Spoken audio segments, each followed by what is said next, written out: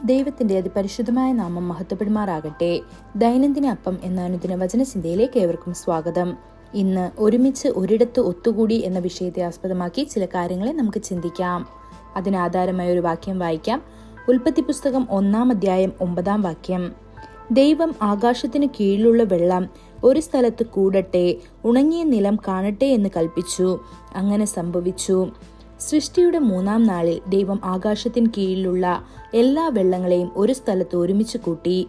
ആകാശത്തിന് കീഴെയുള്ള വെള്ളമെല്ലാം ഒരിടത്ത് ഒന്നിച്ചു കൂടിയിരുന്നെങ്കിൽ അതൊരു ഗംഭീര കാഴ്ച തന്നെയായിരുന്നു.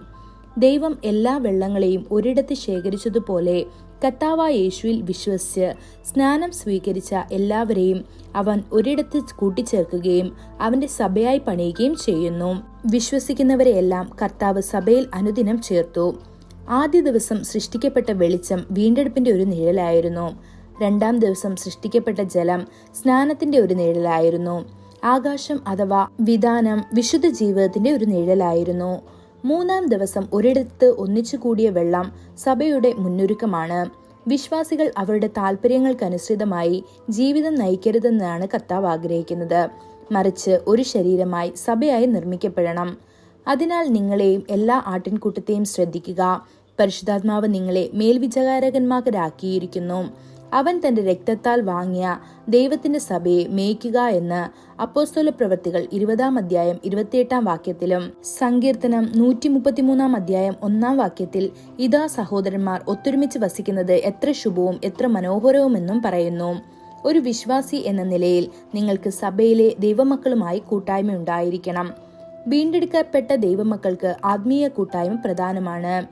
ചിലരുടെ രീതി പോലെ നമ്മെ തന്നെ ഒരുമിച്ച് കൂട്ടുന്നത് ഉപേക്ഷിക്കാതെ പരസ്പരം പ്രബോധിപ്പിക്കുക. ദിനം അടുത്തു വരുന്നത് നിങ്ങൾ കാണും തോറും വളരെയധികം ചെയ്യുക എന്ന് എബ്രായർ 10-ാം അധ്യായം 25-ാം വാക്യങ്ങൾ നാം വായിക്കുമ്പോൾ മനസ്സിലാക്കാൻ കഴിയും.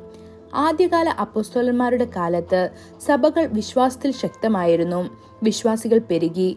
കർത്താവിനായി ആത്മാക്കളെ രക്ഷിക്കുന്നതിലൂടെ വിശ്വാസികളിൽ വളർച്ചയുണ്ട്. ഭൂമിയിൽ ദൈവരാജ്യം പെരുകി. ദൈവം മഹത്വപ്പെടുകയും ചെയ്യുന്നു. മിസ്രൈമിലെ അടിമത്തത്തിൽ നിന്ന് പുറത്തുവന്ന ഇസ്രായേൽ മക്കൾ ചെങ്കടൽ കടന്നവരെയാണ് ആദ്യമായി സഭ എന്ന് വിളിച്ചത്.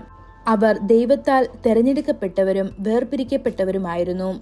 അവർ കർത്താവിന്റെ പൈതൃകവും ഭാഗവുമായിരുന്നു. വെള്ളത്തുള്ളികൾ ജലപ്രവാഹമായി ഒത്തുചേരുന്നത് പോലെ അവർ ഒരു കുടുംബമായി ഒത്തുകൂടി ചർച്ച് ഓഫ് ഗോഡായി. ദശലക്ഷക്കണക്കിന് ഇസ്രായേൽ മക്കൾ കാനാനിലേക്ക് ഐക്യതയോടെ മുന്നേറുന്ന സംഭവം നാം ധ്യാനിക്കുക.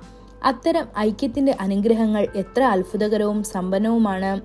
എബ്രായർ ലേഖനം 12-ാം അധ്യായം 23-ാം വാക്യത്തിൽ സഭയെക്കുറിച്ചുള്ള അതിശയമായ ഒരു പുതിയ വിശദീകരണം നാം കാണുന്നു. സ്വർഗത്തിൽ പേരെഴുതിയിരിക്കുന്ന ആദ്യജാതന്മാരുടെ സഭയ്ക്കും എല്ലാവരുടെയും ദൈവമായ ന്യായാധിപതിക്കും സിദ്ധന്മാരായ നീതിമാന്മാരുടെ ആത്മാക്കൾക്കും പുതുനിയമത്തിന്റെ മധ്യസ്ഥനായ യേശുവിനും ഹാബേലിന്റെ രക്തത്തേക്കാൾ ഗുണകരമായി സംസാരിക്കുന്ന പുണ്യാഹ രക്തത്തിനും അടുക്കലത്രേ നിങ്ങൾ വന്നിരിക്കുന്നത്. ദൈവമക്കളെ, നിങ്ങളും ഞാനും ഈ ലോകത്തിലെ എല്ലാ വിശ്വാസികളും പരിശുദ്ധാത്മാവിനാൽ ആദ്യജാതരുടെ സഭയിലും ഒരുമിച്ചു യേശുവിന്റെ ശരീരമായി കാണുന്നത് എത്ര മഹത്വമാണ്.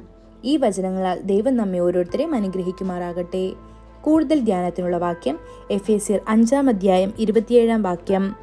കറ ചുളുക്കം മുതലായത് ഒന്നുമില്ലാതെ സഭയെ ശുദ്ധയും നിഷ്കളങ്കവുമായി തനിക്ക് തന്നെ തേജസ്സോടെ മുൻനിർത്തേണ്ടതിന് തന്നെ താൻ അവൾക്ക് വേണ്ടി ഏൽപ്പിച്ചു കൊടുത്തു. ഇന്നത്തെ ബൈബിൾ വായന രാവിലെ 2 രാജാക്കന്മാർ 15-16 അധ്യായങ്ങൾ, വൈകുന്നേരം യോഹന്നാൻ 3-ാം അധ്യായം 1 മുതൽ 18 വരെയുള്ള വാക്യങ്ങൾ. ആമേൻ.